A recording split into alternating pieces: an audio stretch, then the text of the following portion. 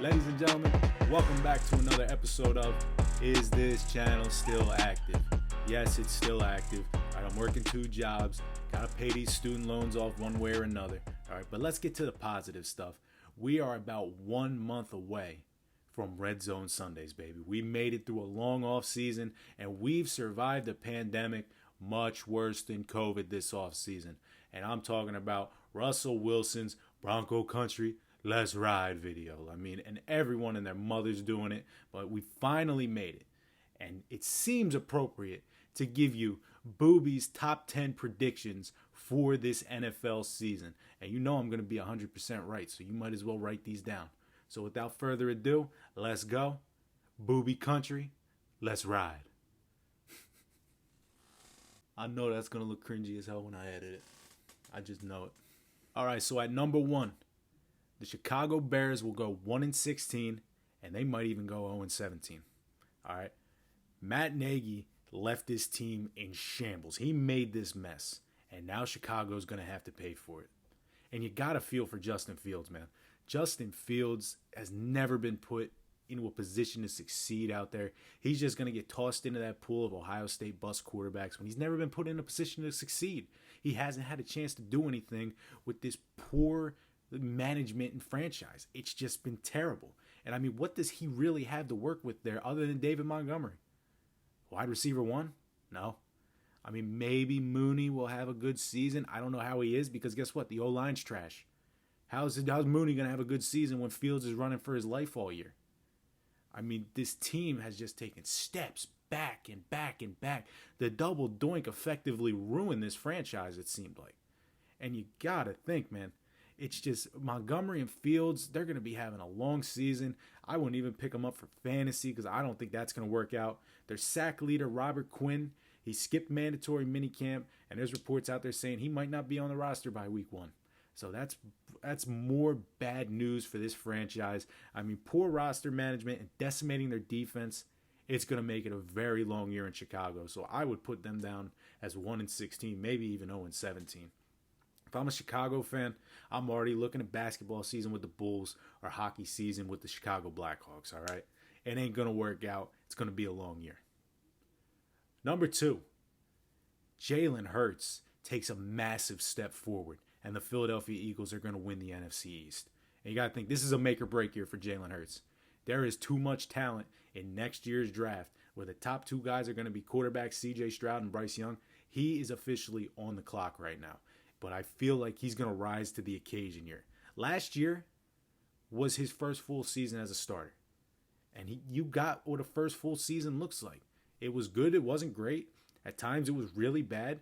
But I really think it's a chance. He can't miss and he won't miss here.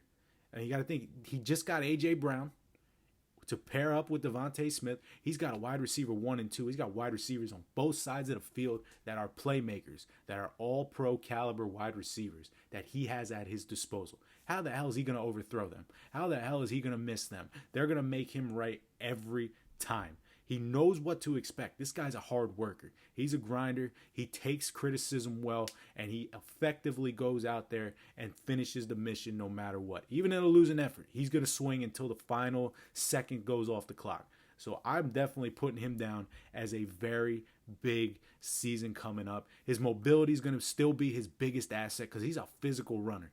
I know you don't like seeing that out of quarterbacks, but Jalen Hurts, his mobility is going to be the game changer this year, especially when teams are going to be focusing on the pass more with A.J. Brown and Devontae Smith out there. Also, that offensive line is still nasty, and that defense is prepping to be some hungry dogs again, all right? And they had some key additions this offseason.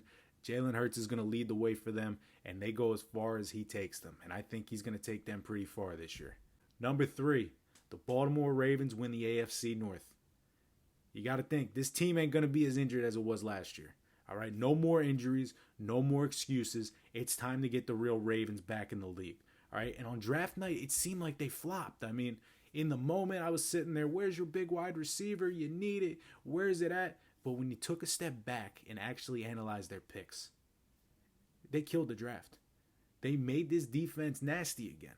And because of that, they're going to be giving Lamar some more chances out there. Lamar's going to be healthy all season. He's going to have his weapons back. He's going to have J.K. Dobbins back in the backfield, all right? That's going to be a dangerous combo with J.K. Dobbins, who's going to win Comeback Player of the Year this year, and Lamar Jackson killing you with the read option. It's going to make you decide, who are you going to stop? You're going to stop Lamar, let J.K. go, or you're going to stop J.K., let Lamar go. And don't forget about Gus Edwards, man. They got a dangerous running game that they're going to look to unleash on this division. Both of those two, Lamar Jackson and J.K. Dobbins, can be 1,000-yard rushers this year. I really think they can. And this is a team where you know what to expect. They're going to run the ball. You just got to stop it. And it's too damn hard to stop. Now, the notable wide receiver one out there and the departure of Hollywood Brown, yeah, that's going to be a problem come postseason time. But during the regular season, they are going to be able to get it done. The schedule isn't that difficult for them this year. I don't see why they don't win this division. I think they edge out Joe Burrow and the Cincinnati Bengals to go get it. They're going to run to set up the pass, and he's got his binky, he's got his reliable tight end, Mark Andrews. It's going to be a great year for Baltimore. The defense is going to be nasty, and M&T Bank is going to be rocking every week. So now I say the Ravens are going to win the AFC North, right? Number 4, Lamar Jackson wins MVP. This man is coming for it this year. He has bulked up. He's tired of all the unnecessary media hate saying he's not a top quarterback. This is his time to shine and grab his second MVP season. He did everything he could last year with the cards he was dealt. And I like to bring up the Indianapolis Colts game where he leads a comeback, takes them to the win. That is the Lamar Jackson we're going to see every week, especially with a healthy roster. All right? He's got his healthy backfield, so the attention isn't all going to be on him. He has another big upside here. Defenses, once again, they're going to have to choose who they want to get beat by. And his arm strength is improving. He's turning into a better passer than anybody thought he ever would be. Like I said, he's bulking up. I seen something that he's around 230 right now. He is straight muscle, and he's coming for it this year. The dude is hungry. It's a contract year for him. This is the last year of his contract. He deserves a big contract up there with Kyler Murray. He's going to take it, and he's going to prove why he deserves it.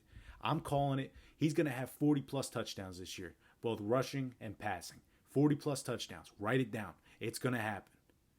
The Ravens are going to go as far as he takes them, and he's getting ready to carry this team back into the playoffs and back into a division title. Number 5, Baker Mayfield will absolutely flop in Carolina.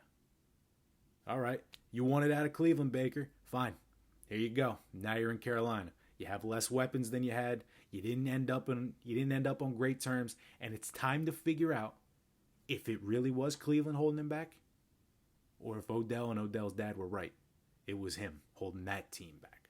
We're going to find out. Now, spoiler alert, it was him. He ain't going to do it. All right? You got to think, he's got 2 good receivers in Robbie Anderson and DJ Moore. Oh, wait. Robbie Anderson didn't even want him to sign him, if you remember that Instagram comment he left. One of the funniest things I've ever seen. This is a guy who caught passes from Sam Darnold on 2 different teams, and he didn't want Baker Mayfield. That says a lot to me. That says a whole lot. They're going to have to rely heavily on Christian McCaffrey, who has had, problems staying healthy. And guess what? He's not going to stay healthy again. It's not going to magically happen for him. So it's going to be solely on Baker Mayfield to try to be that dual threat guy, to get over his struggles, his inability, whatever you want to call it, with the deep ball, his accuracy, the turnovers. Last year it told us everything we needed to know. And the injury, how's he going to come back from the injury? How's that going to affect him? He's going to have to win over the locker room down there. And he's going to have to try to find that dog that he was in Oklahoma. He's going to have to try to find it. Too bad you're not playing in the Big 12 anymore, right? Where it's easy every week.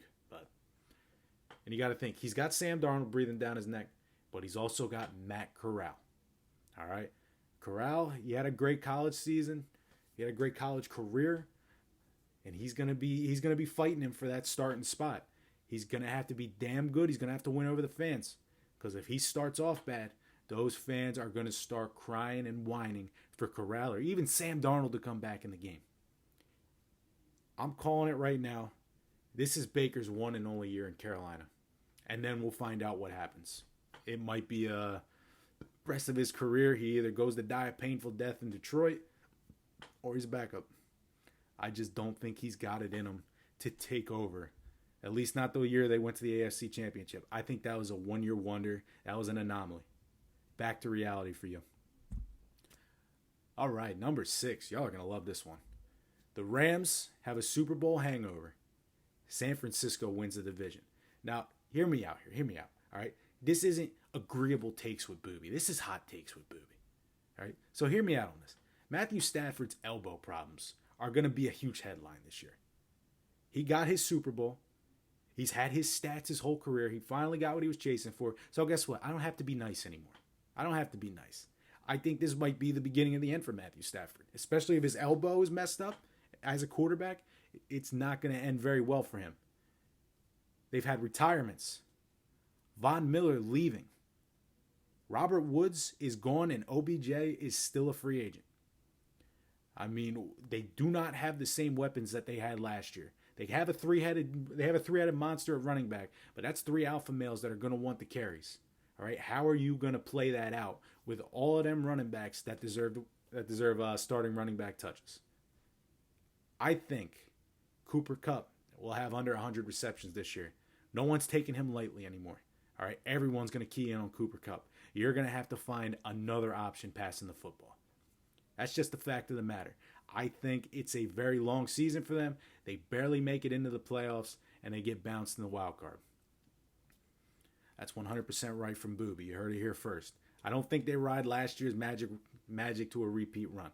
Now, with the 49ers, they have an unknown. It's Trey Lance time.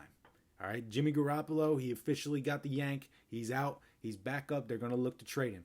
And Trey brings something that Jimmy never had. Trey's got mobility. All right, Trey can keep plays alive and he can scramble more than Jimmy Garoppolo ever could. Now, we don't really know what to expect with him. Like I said, he's an unknown. But that means the whole league doesn't know what to expect from him either. All right, they don't got tape on this guy. They got preseason tape. That doesn't mean anything. I think he might have a great year out there. He's going to shock everybody. The 49ers are going to shock everybody. Debo's still there. He ain't going nowhere. He already signed his deal. He's coming back. And Emmanuel Mosley has continued to grow year after year after year. He seems like he's getting better every year.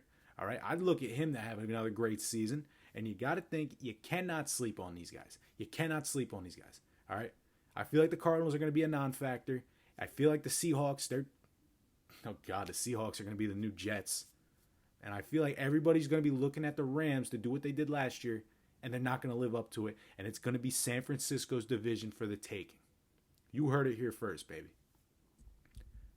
Number 7, Najee Harris wins the rushing title. Yep, he's beating Derrick Henry. But the writing's all on the wall for this one, at least in my mind. You got to think, there's no clear quarterback one. It's probably going to be Kenny Pickett. And you know what happens when a rookie quarterback comes in. Happy feet, bad decision making. You're not going to take many risks with him. All right, so they are going to lean heavily on Najee Harris. And Najee Harris was a great running back as a rookie last year. He had an amazing year. The offensive line's gotten a lot tougher in Pittsburgh. They had some key additions. He had 1,200 yards last year, only as a rookie. The sky's the limit. And he led the league in touches last year. Once again, as a rookie. They're going to lean on him heavy. Mike Tomlin even said it. He's going to be the key factor in driving this offense, especially with Kenny Pickett in there. Kenny's going to have to get his feet wet, and Najee's going to have a big year. If there's a fantasy guy I would want on my roster, it's Najee Harris, because guess what? They are going to pound the rock with him, and he's going to have a phenomenal year. They're not going to win that much, but it's not going to be Najee's fault. I'll tell you that right now. Number 8. All right, one state in the country is going to hate me, and 49 states are going to absolutely love and agree with me. The Dallas Cowboys missed the playoffs this year. All right, that 6-0 record was nice last year in the division. That ain't going to happen this year. The NFC East has been bulking up a little bit. All right, a lot of key additions to all 3 teams. All 3 teams have their motivating factors. They're all looking to take the title, take the division, and like I said, the Eagles are going to win it.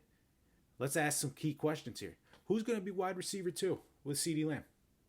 Amari's gone. Amari's with Mr. Massage Therapist in Cleveland. I'm not going to talk about him, even though I want to, but no. Gallup's recovering from an ACL injury. Who's up? Who's up next for them? CD can't do it by himself. You got to think, who are they going to throw to? The offensive line may not be as dominant as they usually are. All right, they released La'el Collins, and Tyrone Smith has missed 20 games over the last 2 seasons. 20 games in 2 seasons. You do the math. That's not very good. Zeke has looked like he's been regressing. I mean, his rookie year was phenomenal, but it seems like it's been teetering downhill, and that kills me because I'm an Ohio State guy. But you play for Dallas, it's strictly business, Zeke. You got to think they looked better with Pollard than last year. It just doesn't look the same with Zeke. Is this Zeke's last year in Dallas? Who knows? Maybe he wants out. All right. It's going to be a disappointing season after that 12-5 year they had last year that ended with that poor clock management at the end of the game. It ain't going to happen again. Jerry's going to be very upset after this season. All right, number 9. Here's a good one for you guys. Washington grabs a wild card spot. Yeah, you heard it. The Washington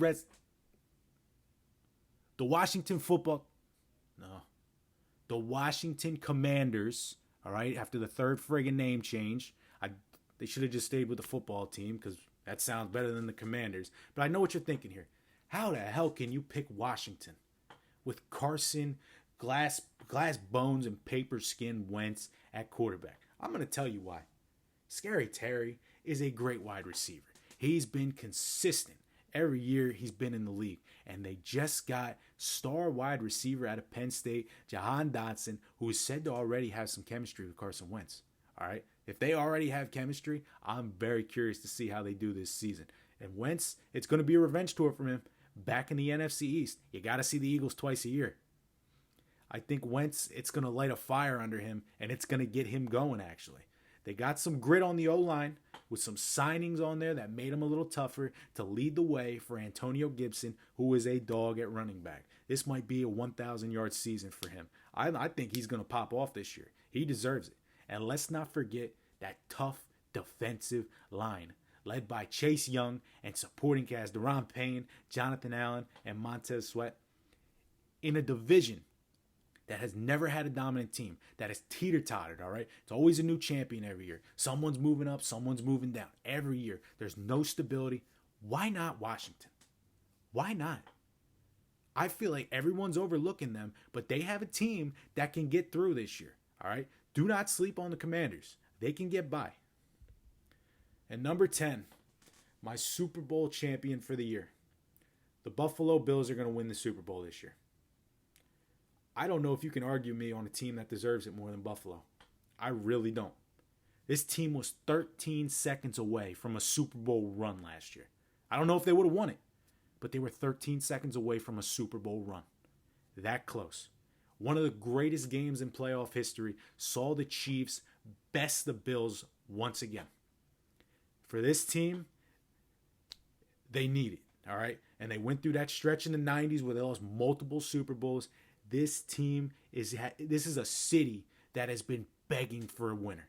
They've been begging for a champion. And this is going to be sweet redemption for everybody when they finally break through and put Buffalo on the map as a city of champions. You got to think, this is one of the most complete teams in the NFL. All right, they're led by MVP caliber quarterback Josh Allen.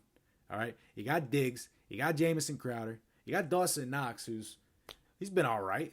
But you got to think, they've all been doing well the past couple of years together. This team has been on the doorsteps of greatness, and they just haven't been able to get through.